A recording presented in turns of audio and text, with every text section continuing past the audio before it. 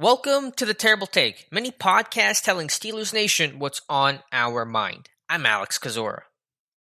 The 2021 NFL Draft will be the most unique one of its lifetime, even more than 2020, which at least afforded teams a full 2019 college football season and complete 2020 combine. Now, teams will have to make their evaluations based on limited tape. Some players opted out of the 2020 season entirely, others missed games due to COVID, and school schedules were all over the map. Will that make analytics more important than ever? And if so, will that cost the Steelers? It shouldn't be a secret the Steelers lag behind in all things numbers. Kevin Colbert and Mike Tomlin, they're old school. They're gut people. You probably get kicked out if you bring a calculator into the war room, let alone introduce some metric like SPARK or relative athletic score.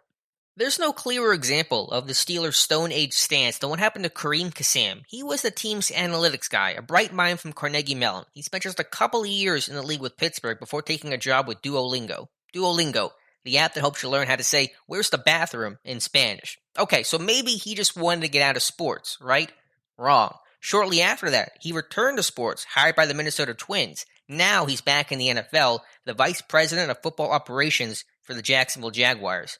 Kassam has never talked about why he left the Steelers, but I have a strong hunch he didn't feel his information was being used quite as well in Pittsburgh as it could be in other places.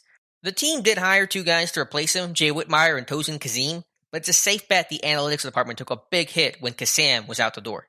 Don't get me wrong, I'm not in the analytics rule the world camp. To be honest, it's not even my strong suit. I'm a tape guy. I love listening to John Gruden talk shop about how he woke up at 3 a.m. to grind 74 hours of Clemson quarterbacks practicing bootlegs. And there's of course value in that. A spreadsheet alone isn't going to tell you who the next NFL star is going to be. A set of numbers won't tell you about a guy's football character, his IQ, or how he'll fit in your scheme and locker room.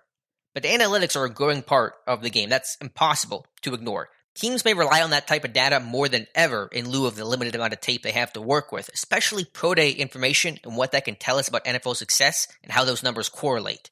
Beyond this year's draft, though, analytics are becoming a central part of front offices. It can still be clunky, misused, and abused, but teams are figuring it out. If the Steelers don't change course, they could be left behind. Be sure to follow us at SteelersDepot.com and check out episodes of The Terrible Take every weekday at 5 p.m. Eastern Time. And check out The Terrible Podcast with myself and Dave Bryan every Tuesday and Friday.